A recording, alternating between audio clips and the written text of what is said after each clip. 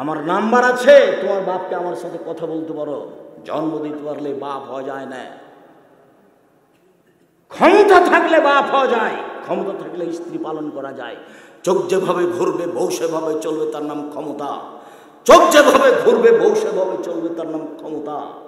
আল্লাহ নবী বলছেন, ইয়া মাশারা সাবাব মান ইসতাতা মিনকুল বাপ ফালিয়াতাজাওয়াজ, যুবক দল, তোমাদের যাদের ক্ষমতা আছে, মোহর দেওয়ার ক্ষমতা আছে, বউকে কন্ট্রোল করার ক্ষমতা আছে, স্ত্রী মিলনের ক্ষমতা আছে, খরচ দেওয়ার ক্ষমতা আছে, তারা বিবাহ করবে। বৈঠক লাগবে, থাকার ঘর লাগবে, মোহর লাগবে, কন্ট্রোল ক্ষমতা লাগবে, মোহরের মতো ক্ষমতা থাকতে হবে, তারপরে বিবাহ।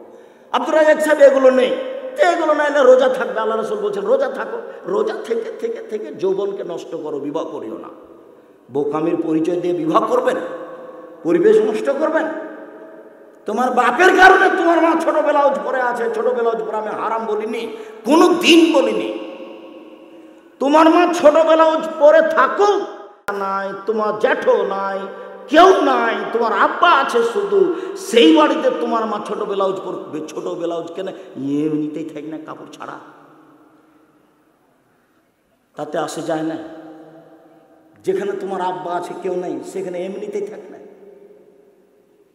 ছোট ব্লাউজ হারাম আমি কোনোদিন বলিনি, শাড়ি হারাম আমি কোনোদিন বলিনি। শাড়ি পরলে দেবর ভাসুর বাড়িতে থাকলে 2 ছাড়ের ব্লাউজ পরতে হবে, কথা বলেছি। কোমরের নিচে যেতে হবে, 1.5 গজ কাপড় দিয়ে ব্লাউজ তৈরি করতে হবে, কথা বলেছি। সম্মানিত দিনী ভাই বোন, তোমার মা এসেছে ঢং ঢং করে, আবার ঢং ঢং করে চলে গেছে, কাজে তার এগুলো জানা নাই। বলে দিও মা হলে 4টে জিনিস লাগবে। 1, সুন্দর শিক্ষা দিতে হবে। 2, সুন্দর শিষ্টাচার শিখাতে হবে। 3, সাজগোজ করে রাখতে হবে ছেলে মেয়েকে। বুঝাতে পারি না নাকি? বাচ্চাকে সাজগোজ করে রাখা কার দায়িত্ব?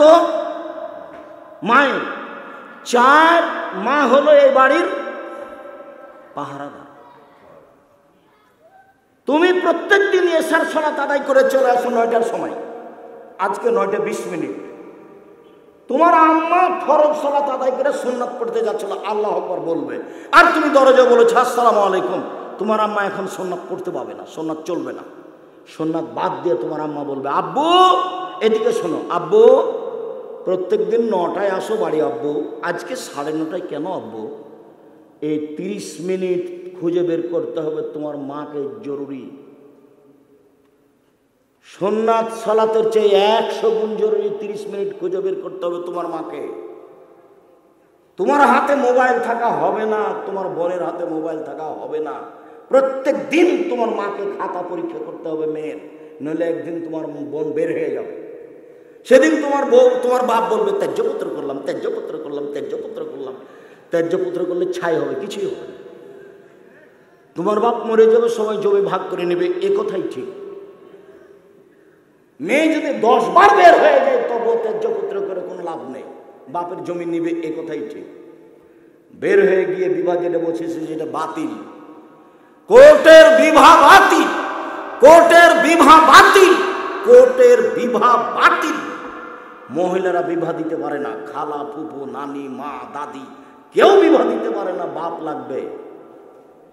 বাপ বেঁচে আছেন, দাদা বিবাহ দিতে পারবে না। বাপ বেঁচে আছেন, জ্যাঠো বিবাহ দিতে পারবে না।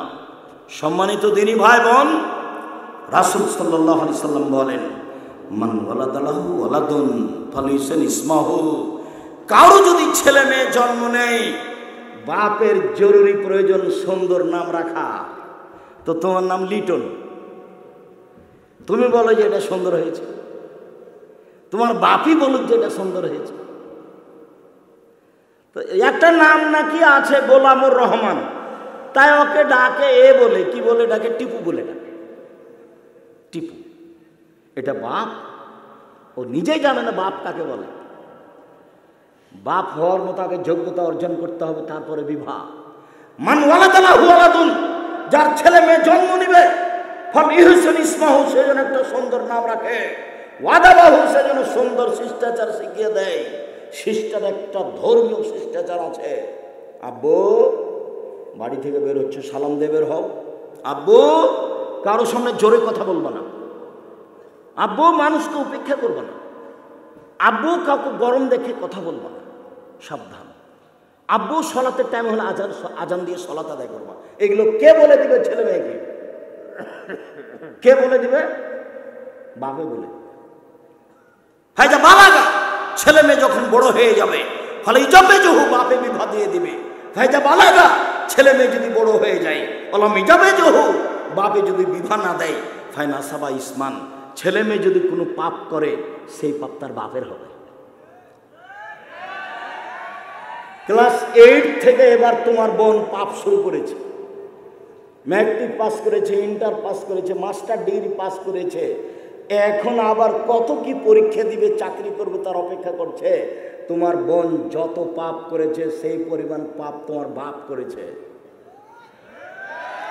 3 শ্রেণীর মানুষ জান্নাতে যাবে না, তার 1 শ্রেণীর মানুষ হলো দায়ুস। 3 শ্রেণীর মানুষ জান্নাতে যাবে না। 1 মদমেনুল খাম, নিয়মিত বিড়ি তামাক জর্দা সিগারেট গুল নেশাদার দ্রব্য খায় পান করে, তারা জান্নাতে যাবে না। 2 আর রাজাত মিনান নিশায়ে, পুরুষের বেশধারী নারী, যারা পুরুষের জুতা স্যান্ডেল পরে, যারা পুরুষের শার্ট প্যান্ট পরে, যারা পুরুষের পোশাক পরে, তারা জান্নাতে যাবে না। 3 ও দায়ুস আল্লাযী কুরিফা আলাল খাবাসা, যে তার বাড়িতে বেহায়ার সুযোগ দিয়েছে, যার স্ত্রী নগ্ন পোশাকে চলে, যার মেয়ে নগ্ন পোশাকে চলে, যার বৌমা নগ্ন পোশাকে চলে, সে দায়ুস। হজ করলেও দায়ুস, তাহাজ্জুদ করলেও দায়ুস, যদি কাবা ঘরের গিলাপ ধরে থাকে তবুও সে দায়ুস, সে জান্নাতে যাবে না। এ কথা আমি বলিনি, এ কথা মুহাম্মদ সাল্লাল্লাহু আলাইহি ওয়াসাল্লাম বলেছেন। দায়ুস জান্নাতে যাবে না। উপস্থিত বৈঠকের মুসলিম বোন, স্বামীকে দায়ুস করে, বাপকে দায়ুস করে নিজেকে শিক্ষিতা মনে প্রমাণ করিয়েন না। আপনি শিক্ষিতা নন। আপনার জীবনটা বন্য পশুর মতো, হিংস্র প্রাণীর পশুর মতো, যাকে দেখলে আর একজনের ক্ষতি হয়। আপনার চোখ দেখলে পাপ হয়, আপনার মুখ দেখলে পাপ হয়, আপনার চুল দেখলে পাপ হয়, আপনার শরীর দেখলে পাপ হয়, আপনার গোটা দেহটাই হচ্ছে অন্যের জন্য পাপের বস্তু। আপনি সাবধান থাকুন, আপনার জন্য ভালো হবে। সম্মানিত দিনী ভাই বোন, আবু মুসা আশআরী রাদিয়াল্লাহু তাআলা আনহু বলেন, রাসূল সাল্লাল্লাহু আলাইহি ওয়াসাল্লাম বলেছেন, মাসালু জালিসিস সালেহ ওয়া সাওয়ে কানাফিকিল কিরে ওয়া হামিলিল মিসকে। ভালো বন্ধুর উদাহরণ আর মন্দ বন্ধুর উদাহরণ। এবার আমি তুমি আটকা পড়বো, দেখো এদিকে সবাই একসাথে আটকা পড়ে যাচ্ছি। ভালো বন্ধুর উদাহরণ, মন্দ বন্ধুর উদাহরণ কামারের মতো আর আতরওয়ালার মতো, কামারের মতো আর আতরওয়ালার মতো। কারো বন্ধু যদি আতরওয়ালা হয়, কারো বন্ধু যদি আতর বিক্রেতা হয়, এম্মা ইহুজিয়াকা, আতর আপনাকে এমনিতেই দিতে পারে, দোস্ত একটু নেও, নিলেন। আও তাবতা মিনহু, দোস্ত একটা আতর কিনে দাও, কিনে নিলেন। আও তাজাদু মিনহু রিহান তাইয়্যিবা, এমনিও দিল না, কিনেও নিলেন না। পাশে বসে থাকলে সুগন্ধি পাবেন তো? আতরওয়ালার পাশে বসে থেকে সুগন্ধি পাওয়া যাবে না। এই কথা যেমন মিথ্যে, আপনার ছেলের বন্ধু ভালো, আপনার ছেলে ভালো হবে না, এই কথা তেমনি মিথ্যে। আতরওয়ালার পাশে বসে থেকে আতরের গন্ধ পাওয়া যাবে না, এই কথা যেমন মিথ্যে। আপনার মেয়ের বান্ধবী ভালো, আপনার মেয়ে ভালো হবে না, এই কথা তেমনি মিথ্যা। কারো বন্ধু যদি কামার হয়, এবার ইহুরেকে শেয়া বাঁকা পাশে বসে থাকলে তোমার কাপড় কখনো জ্বলে যেতে পারে, আগুন ছিটকে এসেছে। বিড়ি সিগারেট খাই যারা, দেখবেন তাদের জামা কাপড় জ্বলে আছে, কখন যে পুড়ে গেছে বুঝতে পারে। কামারের পাশে বসেছিলাম, কামারের পাশ থেকে বসে এসে দেখছি যে পাঞ্জাবে একটু পুড়ে গেছে, কখন যে আগুন ছিটকে এসেছে। আল্লাহ রাসূল বলছেন কাপড় জ্বলে যেতে পারে। আও তাজাদু মিনহু রিহান খাবিসা, কামারের পাশে বসে থাকে, যদি কাপড় জ্বলে না যায় তাহলে ধোঁয়া লাগবে, এই কথা তো সত্য। কামারের পাশে বসে থাকলে চোখে মুখে ধোঁয়া আসবে না, এই কথা যেমন মিথ্যে। আপনার মেয়ের বান্ধবী খারাপ, আপনার মেয়ে খারাপ হবে না, এই কথা তেমনি মিথ্যে। কামারের পাশে বসে থেকে নাকে মুখে ধোঁয়া আসবে না, এই কথা যেমন মিথ্যে। আপনার ছেলের বন্ধু খারাপ, আপনার ছেলে খারাপ হবে না, এই কথা তেমনি মিথ্যে। হতেই হবে।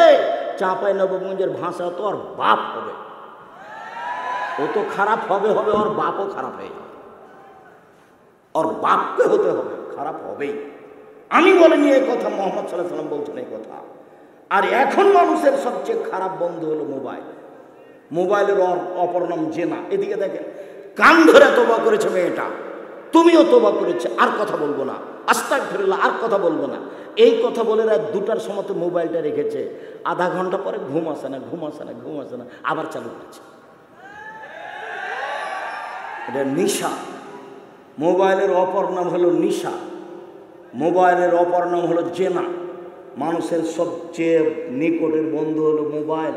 বাস্তবতা দেখবেন, চাঁপাইনবাবগঞ্জের এক পরিবারের 2টা মেয়ে জন্ম নিয়েছে, লাদানা লালে হাই ধরে নি। ওরা খুব দেখতে সুন্দরী, খালেদা আর মাজেদা, ওরা দেখতে খুব সুন্দরী, খুব ভদ্র নম্র। ওরা মাস্টার ডিগ্রি পাস করেছে, 2 বোন একসাথে জন্ম নিয়েছে। একজন আর একজনকে ছেড়ে থাকতে পারে না। কয়দিন পরে দেখা গেল একজনের বিবাহ হয়েছে বিএনপি লোকের সাথে, একজনের বিবাহ হয়েছে আওয়ামী লীগ লোকের সাথে। তারা 2 বোন আর কথা বলে না।